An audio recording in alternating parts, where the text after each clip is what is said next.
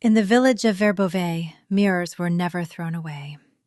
They were hidden, not because of superstition, and not because people believed in ghosts. People here learned a long time ago not to name certain things out loud, because some names answer back. Verbeuvais sat far from any real road. GPS barely worked, cell service dropped a few miles out, and at night the silence felt wrong, heavy, like sound itself had learned to stay away. Locals said if you listened too closely, you might hear something that wasn't you.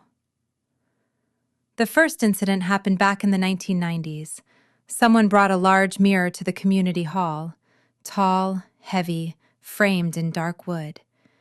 People stopped in front of it, smiled, fixed their hair, adjusted their jackets. A week later, the night guard disappeared. They found him behind the stage, alive, breathing, but he didn't respond to voices, didn't react to touch. He stared past people, at empty space, like something was standing just behind them. The doctor called it a nervous breakdown. The villagers said he saw the one watching from the other side.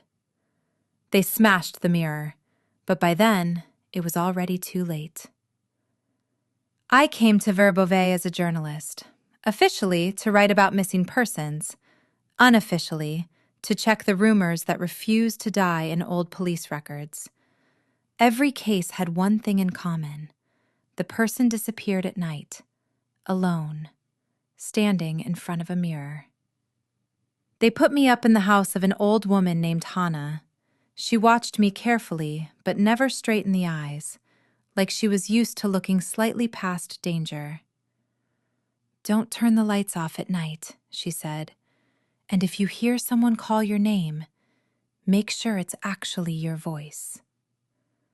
Her mirror was wrapped in thick cloth, tied tight with rope, and stored in the small closet, facing the wall. "Do you believe in this?" I asked. "I've seen it," she said. "Belief doesn't matter." The first few hours were quiet, too quiet.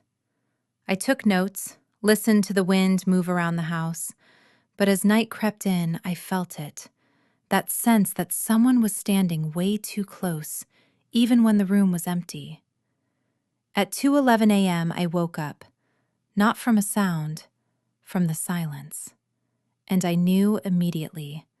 The mirror wasn't in the closet anymore. It stood in the hallway, clean, uncovered, like someone had just wiped it from the inside. I stepped closer. My heart wasn't pounding in my chest, it was stuck in my throat. The reflection was me. Perfect. Exact. But something was off. It wasn't breathing. It didn't blink. And it moved just a little too late. I raised my hand. It followed, half a second behind. "You're staring too long," it said. No sound, but I heard it anyway. That's when it clicked. A mirror isn't a surface. It's a checkpoint. If you look long enough, something on the other side starts learning you. Your gestures, your expressions, your fear. "Are you coming out?" I whispered. The reflection smiled, not like I do. "You already did," it said. The light flickered. Cold rushed through me, not on my skin, but inside. For a split second, the room felt flat, like a photograph. I fell. The mirror cracked, but it didn't break. They found me on the porch at sunrise, alive, but something in me never fully came back. Hannah didn't look at the mirror. She didn't need to. "It sees through you now," she said. "You're a window." I left Verbeuvais that same day.